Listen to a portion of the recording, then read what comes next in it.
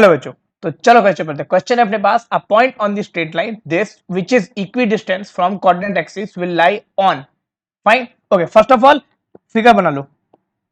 तो we have 3x plus 5y equal to 15, fine. Now 3x plus 5y equal to 15 अगर draw करोगे तो क्या होगा? Put y 0, so x is equal to 5, so 5 comma 0। Put x 0 in this equation 1, if you, so y equal to 3, so we can say 0 comma 3. So a straight line look like this guy,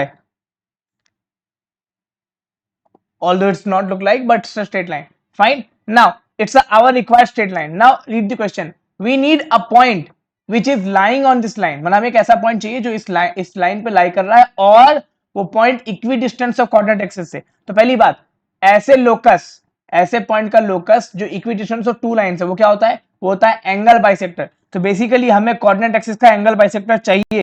अब बताओ कि ये तो समझने वाली बात है कि अपने पास एक्स एक्सिस और वाई एक्सिस है, और एक्स एक्सिस वाई एक्सिस का एंगल बाइसेक्टर क्या होता है? तो अपने पास ऐसी दो ही लाइन है, एक y इक्वल टू एक्स जो एक्स एक्सिस और वाई एक्सिस को इक्वल एंगल में काटती है, और दूसरा है y equal to minus x, y equal to minus x जो एक्स एक्सिस और वाई एक्सिस को इक्वल एंगल में काटती है। तो हमें पूछा क्या है? हमें पूछा है कि ऐसे पॉइंट्स बताओ जो इस लाइन पे भी लाई कर रहा हो और जो इक्विडिस्टेंस हो एक्स एक्सिस और वाई एक्सिस। तो ऐसे दो ही पॉइंट है, एक पॉइंट ये वाला और एक पॉइंट ये वाला। अब अगर एग्जैक्ट पॉइंट पूछा होता तो हम सॉल्व कर देते इस लाइन को y इक्वल टू एक्स को और इस लाइन को, बट हमें एग्जैक्ट पॉइंट नहीं पूछा, हमें क्या पूछा है? कोऑर्डिनेट। तो एग्जाम में directly first quadrant second quadrant, तो आंसर क्या होगा? Option number 1।